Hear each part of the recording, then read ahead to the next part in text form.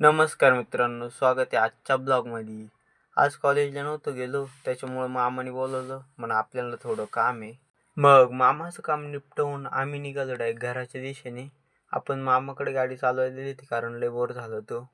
मग घरी आलो तर आपला भाऊ बोलला की आपल्याला ट्रॅक्टर आणायला जायचंय. मग म्हटलं चल, मी पण घरी एकटाच आहे. आणि इथं हा JCB जवळ कशाला घेऊन आलाय, कारण आपला ट्रॅक्टर इथं चालू होता. इकडे आलो तर हा भाऊ बाबळीचं बूड काढत होता, पण त्याला काही निघतच नव्हतं. आणि कसं तरी काढून त्याने काढलं आणि मग काय ट्रॉलीत भरायचं होतं आपल्याला. मग काय घेतलं भावानी पुढच्या सोंडीमध्ये आणि दिलं टाकून आपल्या ट्रॉलीमध्ये. मग इथे एक बाबळीचं मोठं लाकडं पण होतं, ते पण म्हटलं घेऊ ट्रॉलीत टाकून घरी. आणि एका टायरात हवा पण कमी होती, मग हवा मारून घेतली आणि निघालो आत्याच्या घराच्या दिशेने. मग इथं आलो तर म्हणे आपल्याला या विटा पण मोकळ्या करायच्या आहे.